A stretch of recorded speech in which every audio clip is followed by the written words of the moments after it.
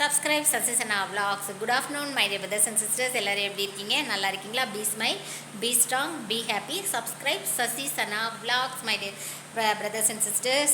குருவி சேர்க்குற மாதிரி சேர்த்து சப்ஸ்கிரைபர் பார்த்தீங்கன்னா ஒரு 972 சப்ஸ்கிரைபர் வந்திருக்காங்கங்க. ரொம்ப ரொம்ப thanks my dear brothers and sisters.